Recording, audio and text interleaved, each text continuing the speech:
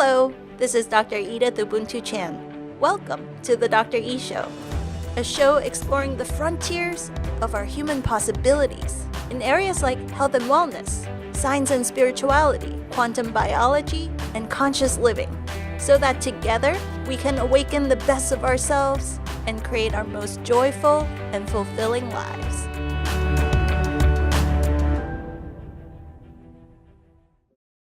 My guest today is neurohumorist Karyn Buxman. That's right, Karyn is a neurohumorist.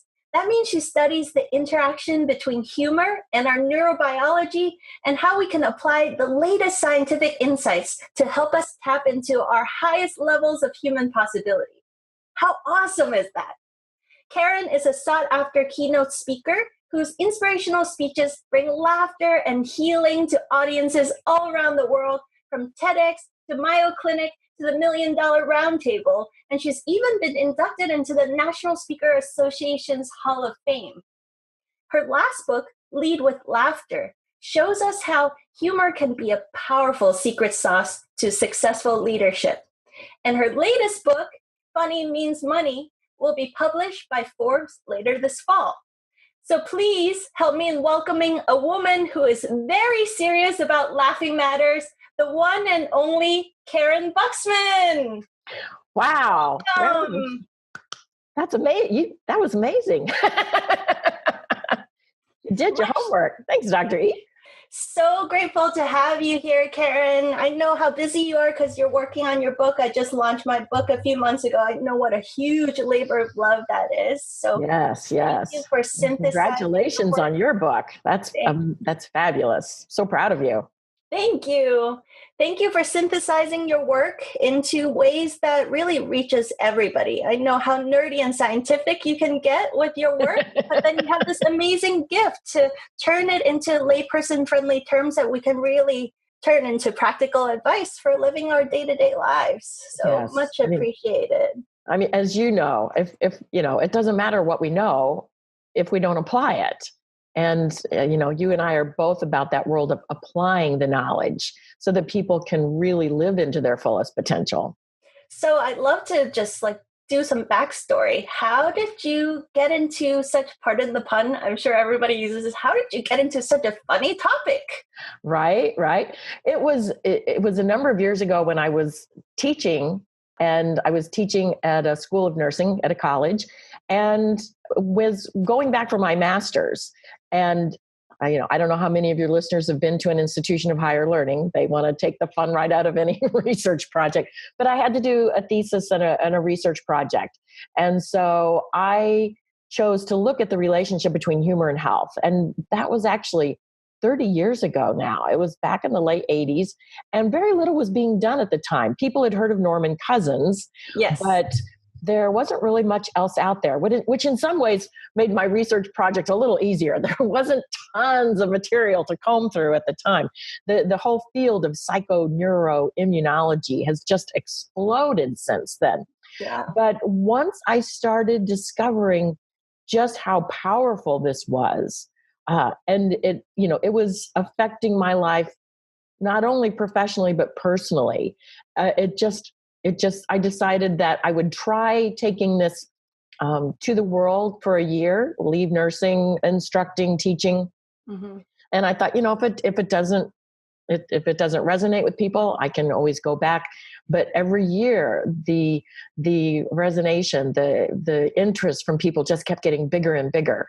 And so now here we are 30 years later, that this work has evolved through about, this will be my 8th book, I believe. And I've traveled the world getting to share this message with, groups as small as a few and as big as over 10,000. And it just delights me and excites me when anybody shows interest on how they can harness the power of humor and leverage their laughter to help them build their influence and help them enhance their well-being and experience more resilience and just quality of life, right? A lot of times I live in the San Francisco Bay Area, a lot of nerdy tech people in my community. And we often talk there. it comes up in conversation a lot. What is going to happen to humanity as technology takes over more and more of our lives, more and more of our jobs? This existential question of what is a human being that Right. can never be replaced by a robot comes up. And things like love and connection and humor and creativity and alignment of body, mind, and soul. These Right. things come up in conversation. So I love that you are a pioneer in helping us really clarify. I mean, humor is really an essential part of the human experience. I think it is very much of what makes us human.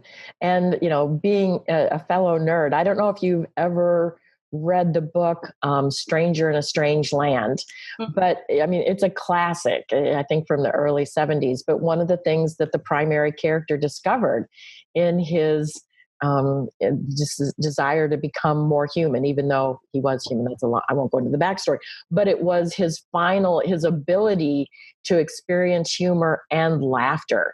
And it was like, at that moment, it was like, okay, now I understand. Now I get mankind, I get people, because I can understand humor and laughter. And I do think that that's really a very primary part of what makes us human. And so, whether it's the experience of the cognitive, whether it's the emotional, whether it's the physical, but all of these things together really do make up who we are as people. And it's interesting because with technology, I do think that in some ways it's been enhanced that we can share more humor, but in some ways it's decreased our humor, because so much of the benefits of humor are when you're sharing it with another individual, particularly when you're with them, and face to face, I think is just extraordinary.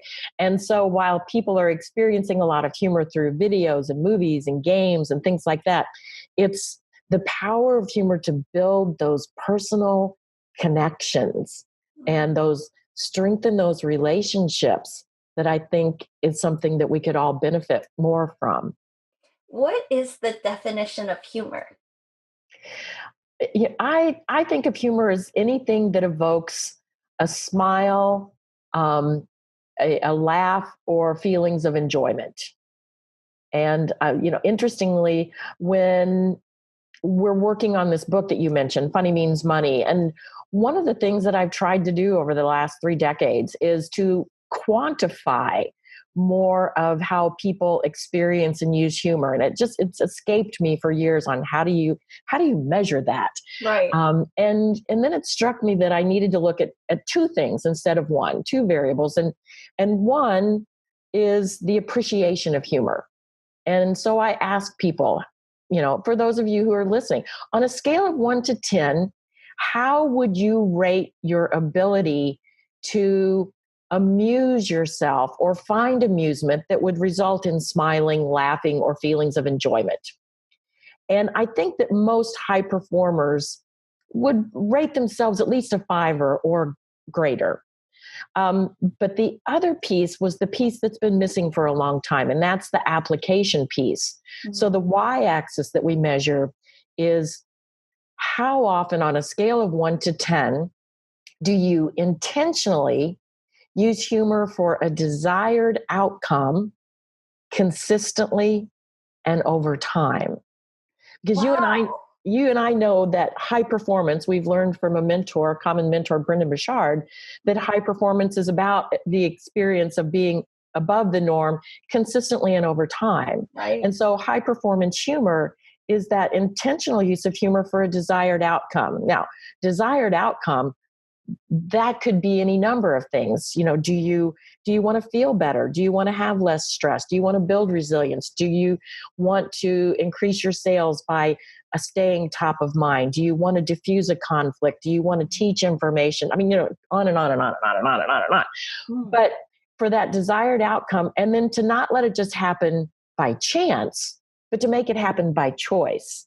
And then if you really want to take it up a notch to that high performance level, to do it repeatedly or consistently over time.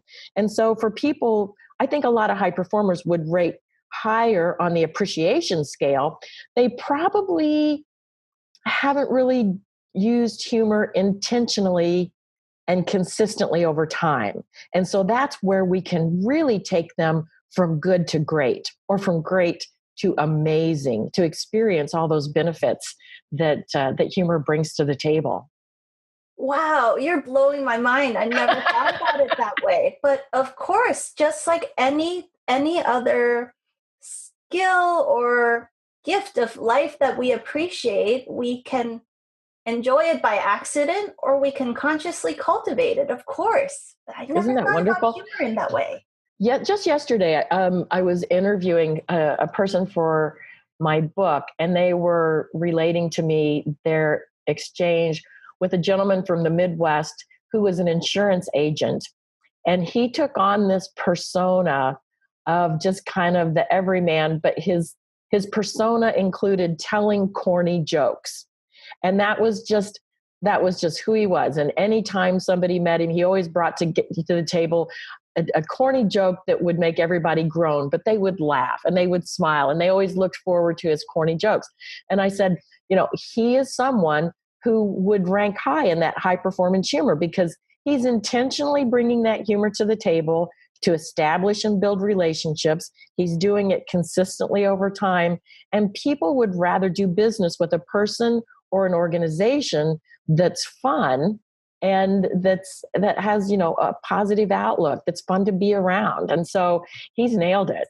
That brings me to my next question, because sometimes we want to be funny, but we're afraid of being inappropriate, or we're afraid that our joke is actually not that funny.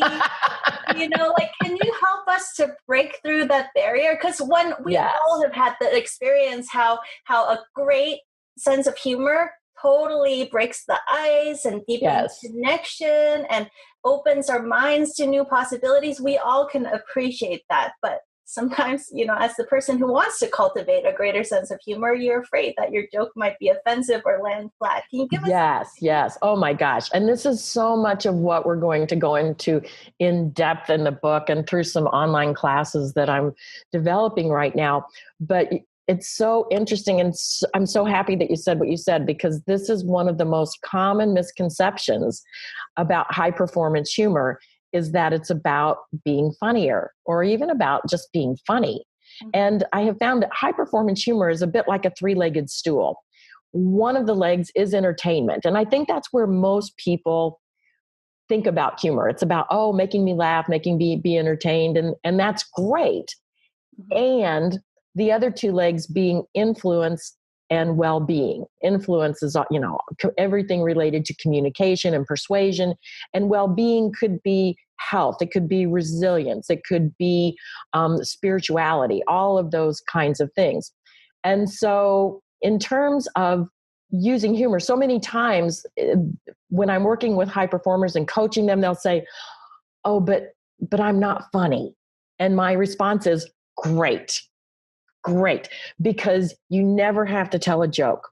You never have to try to be funny, because it's really more about appreciating humor. Some of the greatest high performers, leaders that I have interviewed around the planet, they're not humor initiators. They're humor appreciators. And so the more you look for humor, the more you appreciate humor, the more you support and encourage it in others. I call it see funny, even though it's not just seeing, it's hearing, it's experiencing. But the more you see funny, the more the be funny falls into place. And I can give people some quick tips on how to be funny, but it needs to come from a place of authenticity. Right. With any leader. I mean, isn't that just a red flag when you know that they're being inauthentic? And I think when people try too hard to be funny, that comes across as inauthentic. And so to start out with appreciation, the more you do it, the easier it becomes. I have one of my she is my best friend here in San Diego. And she's the executive director for the American Institute of Stress. And, we teach what we need to know. She has come through that position. She has a New York Times bestseller. She's written a number of books, including Stressaholic. She experiences a lot of stress. She experiences a lot of depression. And so when we first met, it was because she wanted to know how she could find additional tools to deal with severe depression. And she recognized that humor might help. And so we became fast friends. And one of our agreements, and this is a great tip for the people who are listening, was we became accountability partners. And every day I start out my day by finding something humorous to send her. Usually a funny meme. It might be a link. It might be something from Pinterest or YouTube or Facebook, whatever. But every day I start the day with humor for her. Now, as a side note, initially I was doing this for her. I will say that I came to realize after a few weeks that I was benefiting because I'm starting out my day looking for humor, and it changes the way you look at your day when you start it out positively like that. But Heidi, when I first met her, she had a humor appreciation, but she'll be the first to tell you she was not funny. Now, I mean, she could occasionally, chime in on something or tell a funny story, but just a few weeks ago, she was chair for a conference here in San Diego. And we've been buddies now for over 5 years. And she's been practicing seeing funny every day.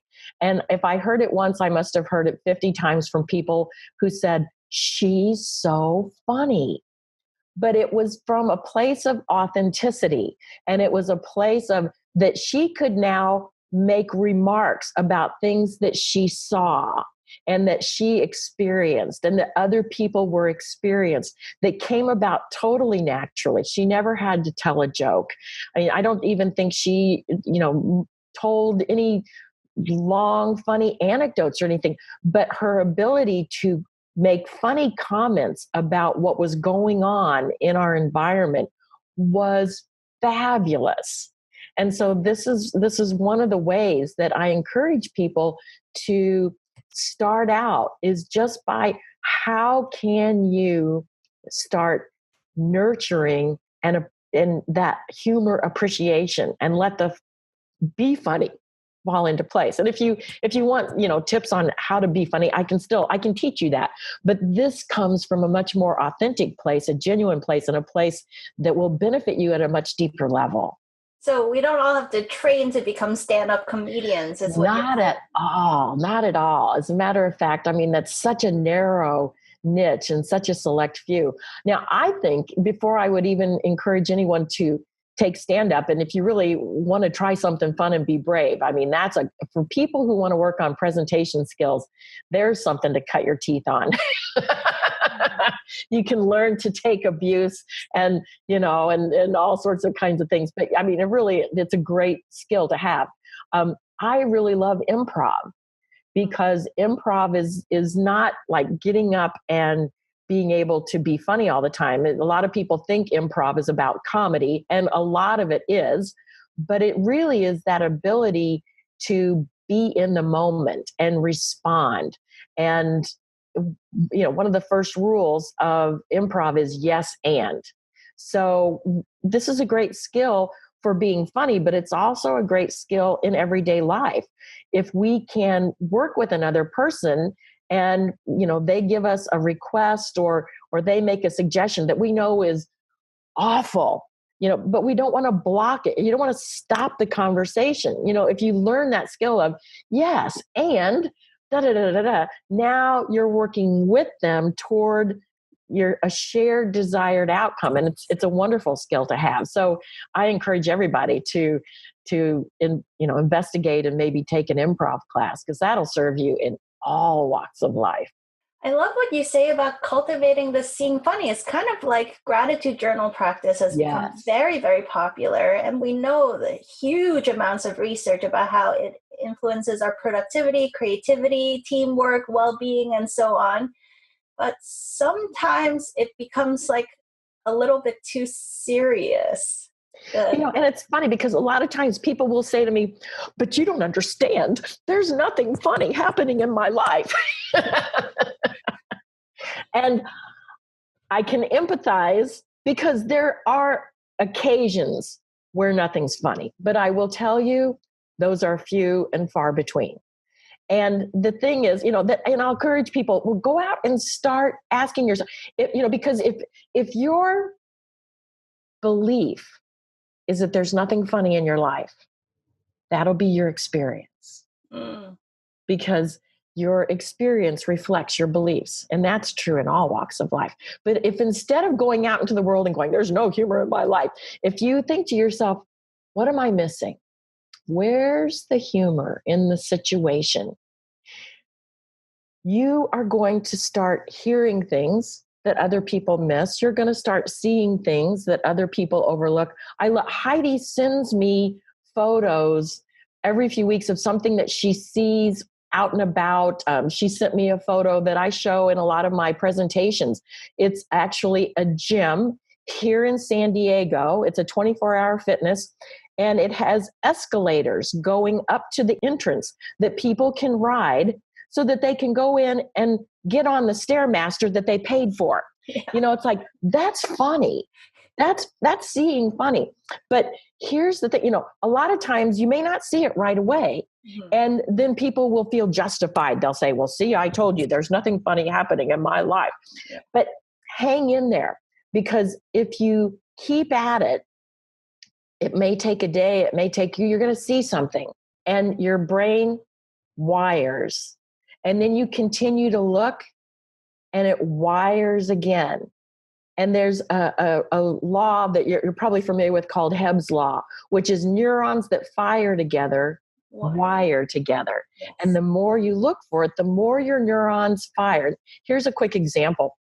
There is a BBC radio show that I am madly in love with. It was 27 episodes, and if you can find it online, it was marvelous. It's called Cabin Pressure. It centers around 4 people, and one of them is Benedict Cumberbatch, who I'm madly in love with. But I digress. Anyway, one of the characters on there talks about a game called Yellow Car. And he said, let's play Yellow Car. And one of the other characters said, well, how do you play? And he said, well, every time you see a yellow car, you shout Yellow Car. And they said, okay, well, how do you keep score? He said, well, you don't keep score. And they said, well, how do you win? And he said, well, nobody wins. And they said, well, when's the game over? And he said, oh, the game's never over. You're always playing Yellow Car. And so I decided to make that just a video challenge for people. And I said, let's go play Yellow Car. And so my husband's videotaping me while we're out driving around. And we drive and drive and drive. And I was like, oh my gosh, in San Diego, there's no yellow cars. This game's a bust. So we go out again the next day, and we drive and drive, and we start going through residential areas. And it's like, oh, well, there's a yellow car. And, but it was like 30 minutes, 60 minutes in between. And we're like, this is just too slow. It's not going to work. But we went out again the next day, and we started going down the freeway. And we're like, oh, there's one. There's a yellow car. And then a little bit later, there's a yellow car. And by the end of the week, we're seeing yellow cars all over the place. And now, probably 5 years later, I just want to claw my eyes out. I cannot stop seeing yellow cars. I mean, I will blurt it out in the most inappropriate places and times with people in the car who think I've lost my mind. But another part of your brain, the reticular activating system, is a filter. And if you tell your filter, I want to see more humor, it starts looking for that humor. And now with the reticular activating system pairing with Hebbs Law, you're going to start seeing more and firing more and wiring more into place until eventually it's going to become just second nature for you. Cool. So tell us all, that takes practice in the beginning, just like any new skill. Right. It doesn't quite come naturally. So give us some motivating nuggets why we should cultivate this practice. Where would you like to begin? In terms of you as an individual, just what's in it for you? We know that when we experience positive humor and mirth, that it's a full brain activity. It's every part of your brain fires. Your prefrontal cortex fires because it's processing the cognitive. Your limbic system is engaged because of the mirth and the emotional experience. And your occipital lobe gets engaged because of the physical expression. And then you have this cascade of neurotransmitters that affect every system of your body. And so let's start with, for instance, stress, because most people in the world have experienced stress. As a matter of fact, it's costing our country billions of dollars every year, and it's costing people out of their pocket so much in lost time, lost productivity, healthcare costs, et cetera, et cetera. And so one of the beautiful things about humor is that it is anti-inflammatory. We know that when we are experiencing stress, that one of the byproducts of stress, particularly long-term, is cortisol. And this is something bad juju for the body, right? I mean, this is the underpinning for so many of our disease processes. And one of the nice things about humor is that it's shown to lower cortisol levels. For people who have a tendency to, if they are pre-diabetic or have diabetes, there's been repeated studies that have shown that humor will lower blood glucose. For persons with this condition, not for non-diabetics, but for people with diabetes, it lowers their blood glucose. It lowers the LDL, so the harmful cholesterol, and it boosts the immune system, short-term, mid-range, long-term. And so we're also found in a recent study that it affects short-term memory. And for people who are like, oh my gosh, I wish I could boost my brain power, to practice humor on a regular basis looks as if it's going to play out to be a great adjunct to building memory. Another piece that was extremely exciting, Dr. Lee Burke at Loma Linda found that when he was doing brain studies on persons experiencing humor, that the people experienced gamma waves across their entire brain, which is the same brain pattern and activity that we see in people who practice deep mindfulness and deep meditation. Yes. And so we know that the byproduct of this could be better focus, more creativity, more productivity. I mean, there's just so many wonderful reasons that you would benefit. And again, that's why I wrote What's So Funny About Heart Disease, because of the anti-inflammatory effect. Dr. Michael Miller from Maryland found in his studies that people who practiced humor had, technically, it was an increased elasticity of the endothelial lining of their blood vessels. What that means to the layperson is their blood vessels were stretchier, and so lowered blood pressure and decreased chance of stroke. And because we lay plaque as a response to inflammation in our body, if you have less inflammation, less plaque. So heart disease and diabetes, anything that has an inflammatory response, even anything that stress can make it worse, Alzheimer's and depression and all of these other things. And so this, I think, is a very critical piece for people who are like, wow, I would like, so just that alone, for me would be enough. I know that whenever I go in for my checkups, this kills my sister. My sister is a physician, and she, over the last number of years, she's vegan and she works out, and she's just like this limber, just tiny little athlete. But she's very competitive. And so, anytime we get our lab results, she's like, here's mine. And then I'll show her, here's mine. And she's so upset because she knows my diet is kind of a seafood diet. I see it and I eat it. And then, I do like to exercise, but, she's running and doing this, and she's extreme, and yoga and long walks on the beach. And so, and my physician, whenever I walk in, she goes, I want you to frame your lab results. They're just so beautiful. But the piece that differs between she and I is that this is part of my daily practice. Just as if some people work out, and do their PX90 every day. I do my 30 minutes of humor every day, and I think I'm enjoying it a little more, but I could be wrong. Wow, that's huge. Because I don't know if you've looked through my book. Chapter 1 is why eat right and exercise is not the key. And it's not that it doesn't matter. It's just that we've overlooked some even more important, even more powerful things. Yes.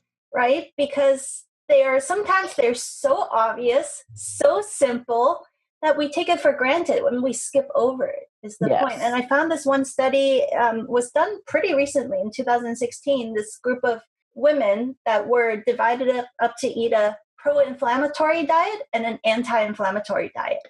Wow. To see how it modulated inflammatory markers in their blood. Well, guess what happened? Was there no difference? It turns out when they surveyed the women for stress levels, the women that reported low levels of stress, the anti-inflammatory diet did help them, and the pro-inflammatory diet did increase inflammation. But for the women that reported high levels of stress, it made absolutely no difference. Wow, that's huge.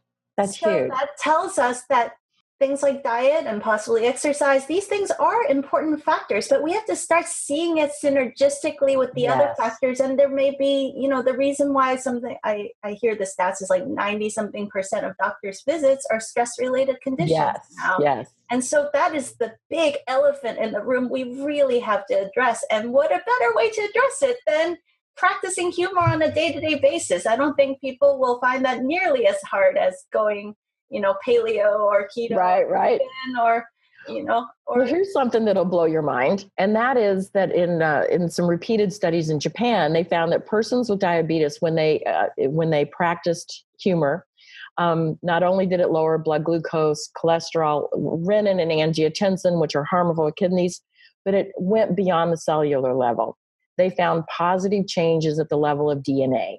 So we're talking epigenetics. Wow. And when you're talking about big picture, and when we know that the fact is that currently 1 out of every 10 have diabetes, by 2050, they're projecting 1 out of every 3. You're right. We got to look at something besides just diet and exercise. There's a much bigger picture here going on. And what other things can we arm ourselves with to help us be happier and healthier individually and as a planet?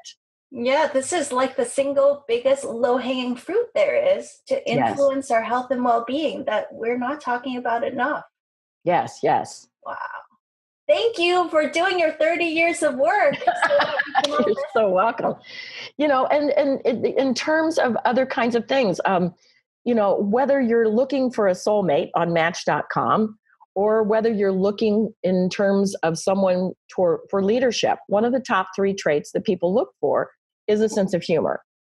And so in terms, we've been talking about influencing your health, but how can you influence your business? How can you influence your tribe, your community? How can you influence those that you're leading? And the humor, again, plays such an important role, because in terms of influence, it plays a lot of roles, whether it's in persuasion or teaching or diffusing. But humor is a great way to establish trust. And in many lines of work, people want to work with people that they trust, whether you're a coach, whether you're a financial advisor, whether you're a healthcare provider or a banker or a minister. I mean, whatever that may be, how do you create that level of trust? And humor is a nice way to do that if you're using positive humor, because humor can be a tool or a weapon. I don't know if you've noticed that, because there is power behind humor. And when you're using humor to uplift that other person, that's a positive, constructive humor. But humor can also be used to oppress. Anytime someone says something to you and ends it with, "I'm joking," or "Can't you take a joke?" Mm-hmm. They were not trying to uplift you. That was a weapon. And I've been brought in to speak a number of times about the use of humor as, for horizontal violence, where people use it to oppress other people by bullying with humor. But if you're uplifting someone with humor, and there's different styles of humor. There's humor where everybody is enjoying and being kind of the butt of the joke. And then there's humor where you're making fun of yourself, self-effacing humor. And that is the most safe kind of humor that you can use to build relationships and rapport, as long as you're not overdoing it. I mean, anything to extremes. A friend of mine who's a psychologist said, make fun of your actions and not of who you are, because it's easier to admit that you made a mistake than it is to admit you are a mistake. But that being said, here's what happens when you're using a little self-effacing humor. The other person sees your vulnerability, consciously or subconsciously. This is registering with them. And they're thinking, okay, they're being vulnerable. It's safe for me to share my vulnerabilities with them. And so it creates that cohesion, and that it's a little bit like duct tape and WD-40 all at the same time, because it's a social lubricant, but it also strengthens and binds. And so, to use that, I was recently rereading Robert Cialdini's book on influence, The Power of Persuasion. And he has another book also, Persuasion. And he talks about how you influence other people. And one of the very first one he talks about is likability. People, they connect a sense of likability to somebody who uses constructive humor.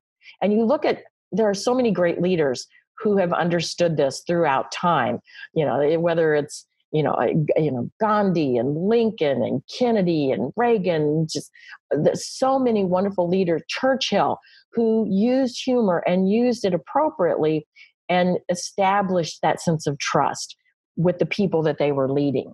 And so, you can use this to your advantage, not to manipulate people, but to help bring them on board so that you can then be better at providing your services for them.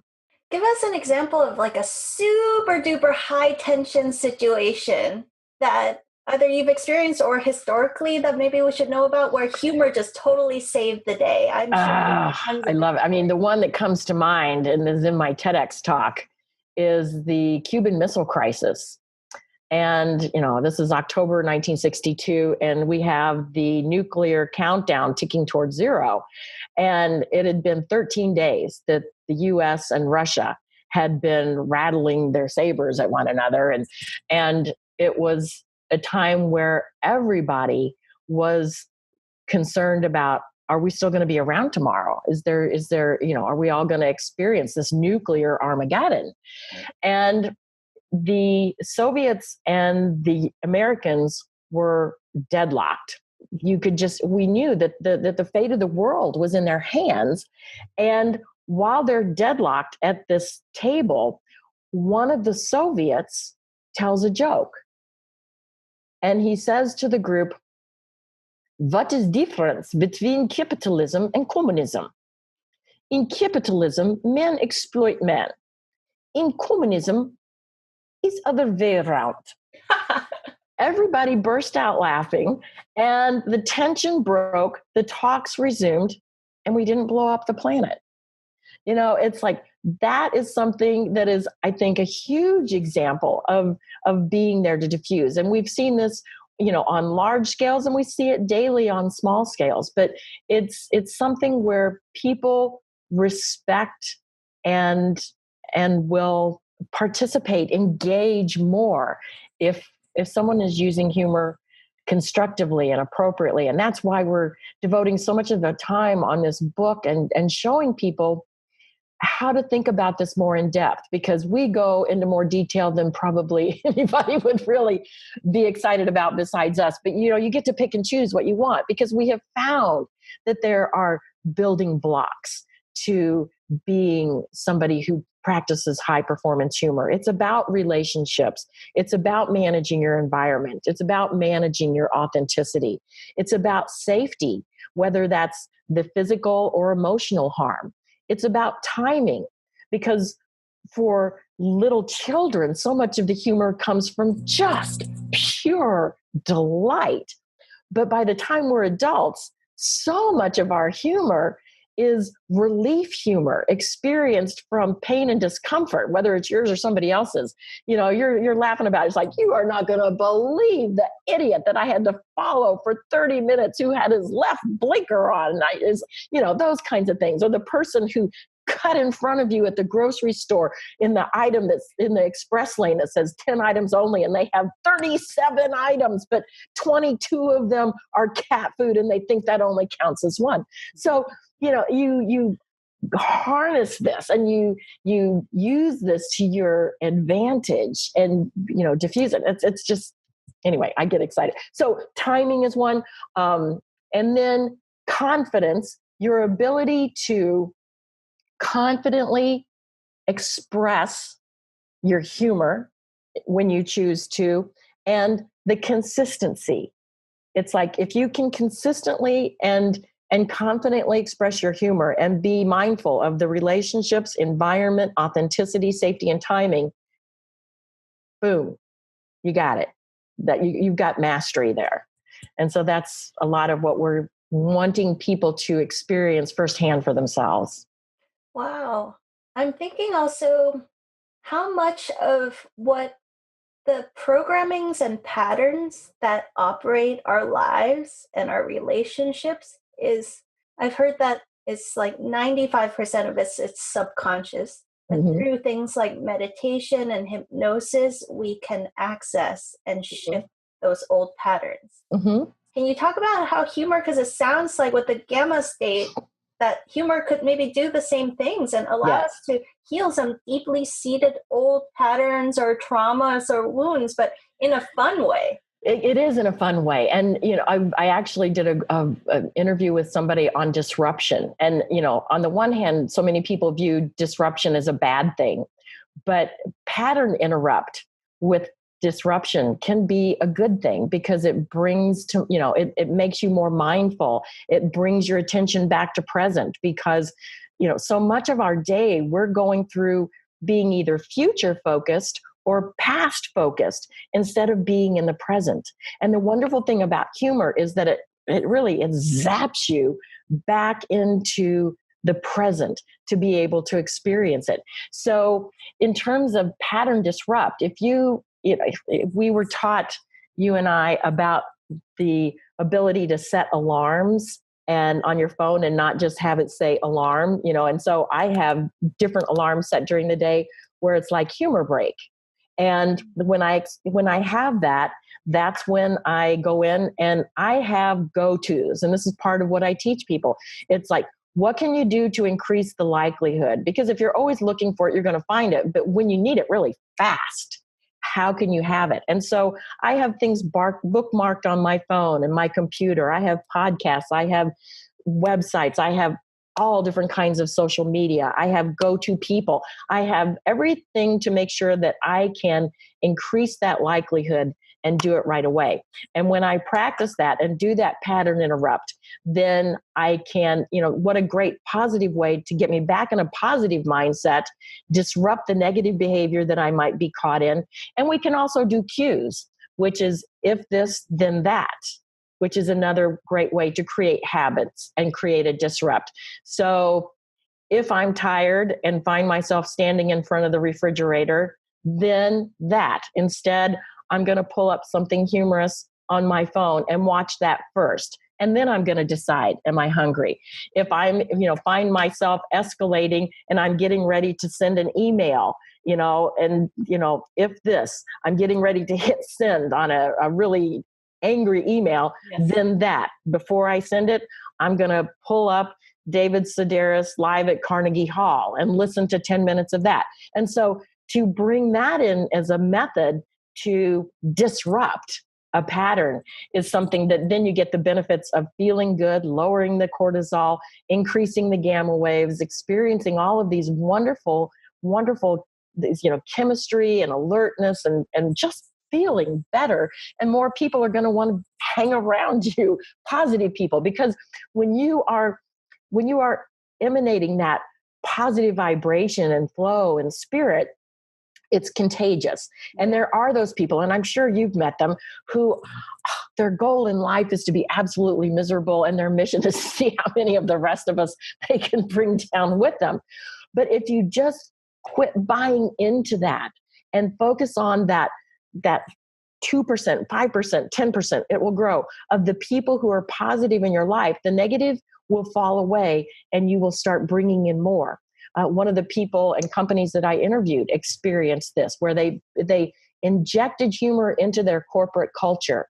And they saw immediate uptick in communication. They saw an immediate uptick in the people who previously had been in cubicles now hanging out together. But they said the people who were their clients, who tended to be kind of the wet blankets, it was like, we don't buy into this humor stuff, they fell away. But clients who were like, oh, you guys look like you're fun to work with, now they're attracting these. And they said now they love their clients. They've been named they were named the #1 best place to work in New York City. And it's just this little company of 50 people. So surround yourself with those people that are more fun and more positive, and the rest, it just gets better and better. The better it gets, the better it gets. Yeah, and maybe eventually you'll infect those depressive people with a good belly laugh, and it would be great if they can buy in. I have found that better to invite them in than try to force them in, right? Because if you do, they'll resist. But if they see how much fun you're having and how pleasant and how good it feels, then maybe they'll think, oh, I got to get me some of that. 30 years of research. I could probably speak with you for days or weeks. Yes. But what was the most mind-blowing and surprising thing you learned in these 30 years of studying so deeply into this topic? I think for me, from a personal anecdote, the mind-blowing thing was, wow, this isn't just hearsay. It really works. I experienced it with my son, who, when he was in college, we discovered he had cancer in his chest. He had a fist-sized cancerous tumor. Very scary time. And I will say he's been cancer-free now 10 years. So that's the happy side of the story. But he was going to school full-time. He was working part-time as a bouncer in a bar, makes mom really happy. But, and he and his best friend at work were referred to as characters from a TV show or a movie, Tonto and the Lone Ranger. And then he experiences cancer. He has to go through months of chemotherapy. He loses all of his hair, the steroids. He becomes, bloated and a bit disfigured. And it was a very painful, difficult time for him. But at one point, a bunch of his friends come over, and I hear all this laughter. And when they leave, I walk in, and he is smiling bigger than I've seen him smile in months. And I said, what was going on in there? What's so funny? And he said, oh, they gave me a new nickname. I said, what is it? He said, Chemo Sabi. I was like, and we laughed. And then I realized he's going to be okay, because he was using humor to help heal himself physically and spiritually and emotionally. And I didn't have to call all my clients and say, boy, that stuff I was teaching you, it's crap. Don't go there. It was like, this really works. And as I have started using it intentionally in my business, it's made a difference with the people that I work with and the kind of outcomes that I get. And in my personal life, it's made a big difference. And if I were to give one piece of advice to people, and it's like, what would be the one thing that you could do? Here's what I would suggest. And that is starting today. Consistently every day. Try this for 30 days. If this doesn't work, then skip it. But I think you'll see results much faster. But every day, seek humor from another person. Doesn't matter if it's a family member, if it's a customer, a client, a patient, a student, a teacher, a boss, the kid on the other side of the counter when you're ordering your fries. Ask them for a joke, a story, a most embarrassing moment. What's the funniest thing you've heard a customer say? What's the craziest thing? I ask this of all my Uber drivers. It's like the stories they have. Oh my word. What's the most outrageous thing that you've ever had when you've had an Uber customer or whatever? And here's two things will happen. One, people will start assuming that you have a sense of humor, whether you have one or not, because their mentality will be, well, they must have a sense of humor or they wouldn't have asked me this question. Yes. And remember, what we said a while back was that this is one of the top 3 traits that people seek in another person. Second, now you are pulling in and and in receiving all of these examples of humor that you can start using for yourself and start sharing with others. So you're collecting the funny stories, the most embarrassing moments, the crazy things that people have said, the funny signs, the outrageous things that children do. You combine these, and now you start looking for ways intentionally to put them in your presentations, put them in an email, put them on your website copy, put it in, a presentation that you're doing for a client. Use it as an icebreaker to meet somebody. And there's so many ways that you can use this, but it's all stems from just asking somebody every day, oh, what's the funniest thing that's happened to you? What's the funniest thing you've heard? What's the funniest thing your grandchild said? That kind of thing, so that you can seek it from another person, and it'll be life-changing. Wow, I can't wait to get started. Yeah, share with me what you find. I've been meditating regularly for many years, almost 2 decades, and yeah, I've been looking for a new practice. I love the 30-day humor challenge. I love it. 30-day humor challenge. Go for it. Go for it. My husband always says, he calls me Bunny. He's like, he's a pretty funny guy. I laugh at most of his jokes, but when I crack a joke, he's like, Bunny, you're not that funny. You need to work on it. So I actually did put an intention of my 3 words, my daily reminder 3 words. Nice. One of them is funny. Yay. Have a conscious practice like you're talking about. So I'm excited to be more funny next time you meet me. Excellent. Excellent. Well, practice the C funny, and the B funny will fall into place. Beautiful. So before I ask your last question, how can we follow more of your work? Oh, man, I would love to connect with you on almost any kind of social media. I love Twitter, LinkedIn, Pinterest, Facebook. And there's, of course, always the website. And I have a PDF. If anybody's interested and would love to receive a PDF, if they email me at highperformancehumor@gmail.com. And I will email them a PDF of the 10 best practices, and also some other prizes of unspeakable value, including some information about a free 7-day video that's going to be up within about 10 days from now, on just nourishing your sense of humor. It's an easy 7-day practice. We'll go just every day, look a little bit at the things that you and I have been talking about, and just helping people be a little more intentional. So highperformancehumor@gmail.com. Wonderful.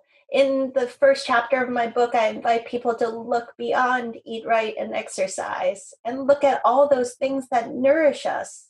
Yes. Feed us on all levels, physical, mental, emotional, spiritual levels. What is food that's not the physical food? We've totally zeroed in on that. Absolutely. Absolutely. The best bang for the buck self-care practice we can all do that is so easy. I believe so. That's why I've stuck with this for 30 years. Trust me, there's been a lot of people who've said, boy, there's easier ways to make a living, and there's other things that you could do to make more money. And I said, no, this really, my mission is to change the world through humor and laughter. And I think that we really can use humor to change the world. And I think we can do it on an individual basis. I think we can do it on a community basis. And I think we can do it on a global basis. I'm sure of it. Wow. It reminds me how you've seen all the statues of Buddha. He's like skinny, he's fat, he's meditating, but the ultimate one is where he's chubby and laughing like he finally got the cosmic joke, The laughing Buddha. I love it. I actually have a class that I'm going to be offering on humor and spirituality. And we go into just that, because really the ultimate experience of spirituality is joy, and humor is such a no-brainer tool to help move you up that emotional scale and help you to get into that state so that you can experience just the most bliss and joy and connect with your spirit as best you can. Thank you for doing this amazing work, Karyn. Oh, thank you. I'm so delighted that you asked. This really is a joy for me, because I really feel that you and I have, now that we have the knowledge, we have the obligation to help other people and help change the world. And that's what you and I are doing. And so thank you for that. I will be reaching out to you to interview you for my podcast, which will be starting after the first of the year in 2019. Wonderful, exciting. So my very final question, even though I'd love to keep talking with you, I know you have to get back to working on your book, which I'm super excited to read. My last question is, if you could distill it down to one single piece of advice, what is the most important key we should know about tapping into our highest level of human possibility? The one thing, it ties into seeking from another person, but I think that the one thing is the reframing. The one thing is that perspective, because we do have a choice. I loved the quote by Viktor Frankl, who wrote Man's Search for Meaning. And if any of your people have not read Man's Search for Meaning, that's one of the top 100 books that I believe everyone would benefit from reading in their lifetime. But he said, between stimulus and response, there's a space. And in that space lies our power to choose our response. In our response lies our growth and our happiness. What do we put between that stimulus and response? We do have a choice. And my humble opinion is that if we intentionally choose to put humor in that space, that it will change our lives. It'll allow us to be more successful. It will enable us to be more significant with others, and it will allow us to experience greater happiness. Wow. Thank you so much for that amazing conversation, Karyn. And you're welcome. My pleasure, Dr. E. It blew my mind and bursted my heart open, and just realizing that sometimes we make life unnecessarily complicated. Isn't that funny how we do that? Yeah. And then when some of the most powerful, potent, world-changing solutions are this simple: cultivating a sense of humor, seeing life with the eyes of humor. Yeah, it is. It's mind-blowing. And it is. It's so simple that most people will not do it, because it's like, well, if it's that simple, then it can't really be that powerful. Yeah. Trust me. So we're on 30-day challenge. 30-day challenge. Go for it. See what happens. I'd love if you guys leave a comment below and let us know how it goes for these next 30 days. Please do. Would love to hear your questions, your comments. We're here to serve. Thank you so much, Karyn, for that delicious conversation. Thank you, Dr. So E. much My pleasure. Thank you so much. My Bye-bye. pleasure. Bye. Hi, friends. Did you love that interview? If you did, please leave a review and share with all your friends so that many more people can benefit from these game-changing insights. You can also go onto our website, dredithubuntu.com, and subscribe to our newsletter, where you'll receive free trainings and next-level ninja tools that we only share on our newsletter. Together, let's turn your life into a brilliant masterpiece.